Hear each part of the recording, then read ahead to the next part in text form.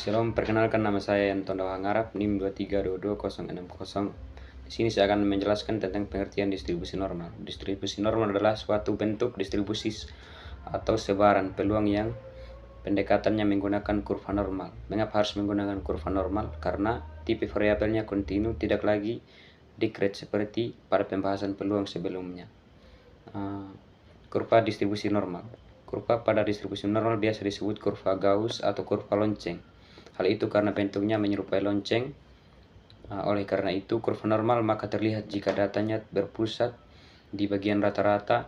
Sifatnya yang berlaku pada kurva distribusi normal di atas adalah sebagai berikut. Yang pertama, bentuk kurvanya menyerupai lonceng dan simetris terhadap garis tegak dan memotong sumbu X tepat menjadi dua bagian sama besar. Yang kedua, nilai rata-rata, median dan modus berada di titik yang hampir sama sehingga berhimpitan. Yang ketiga, kurva tidak pernah berada di bawah sumbu min X, artinya f dalam kurung X lebih besar dari 0. Nomor 4, fungsi peluang tertinggi berada di X sama dengan Q. Yang kelima, kurva berada di asinton datar sumbu min X, artinya kurva tidak pernah menyentuh sumbu X jika kurva diperpanjang. Peluang suatu kejadian diperoleh dengan mencari luas di bawah kurva dengan batas-batas yang telah ditentukan, misalnya 0 lebih besar dari X, X lebih besar dari 0,65. Rumus distribusi normal. Rumus distribusi normal dibagi menjadi dua, yaitu rumus distribusi normal umum dan distribusi normal standar. Yang pertama, saya akan menjelaskan rumus distribusi normal.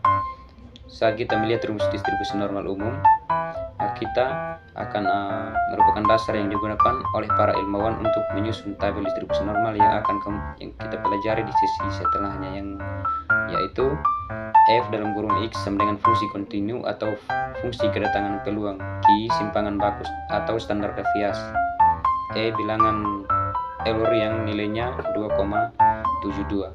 Yang kedua, rumus distribusi normal standar. Solusi untuk memecahkan rumus distribusi normal umum adalah mengubah rumus tersebut ke dalam rumus distribusi normal standar atau baku. Contohnya, set variabel normal standar baku X, nilai variabel acak Q simpangan baku standar. Melalui distribusi Q sama dengan 0 dengan simpangan baku sama dengan 1 Q sama dengan 1, diperoleh rumus distribusi normal standar N dalam kurung 0,1 seperti berikut. Contohnya, contoh 1, rata-rata penghasilan penduduk desa Sukamaju adalah 50.000 per hari dengan simpangan 19.000 jika diambil variabel secara acak dari satu orang penduduk desa saja tersebut. Berapakah peluang ditentukan penduduk dengan penghasilan di atas 75.000? Pembahasan diketahui Q 50.000, X 19.000, Y nya 75.000. Yang ditanya yaitu set. Jawaban mula-mula tentukan dulu variabel normal standarnya dengan rumus berikut. Dengan demikian, set lebih besar dari 1,31. Lalu kita melihat gambar set tersebut pada kurva Gauss distribusi normal. Lalu kurva di atas diperoleh nilai 0 lebih kecil dari set lebih kecil dari 1,31 pada tabel adalah 0,4049.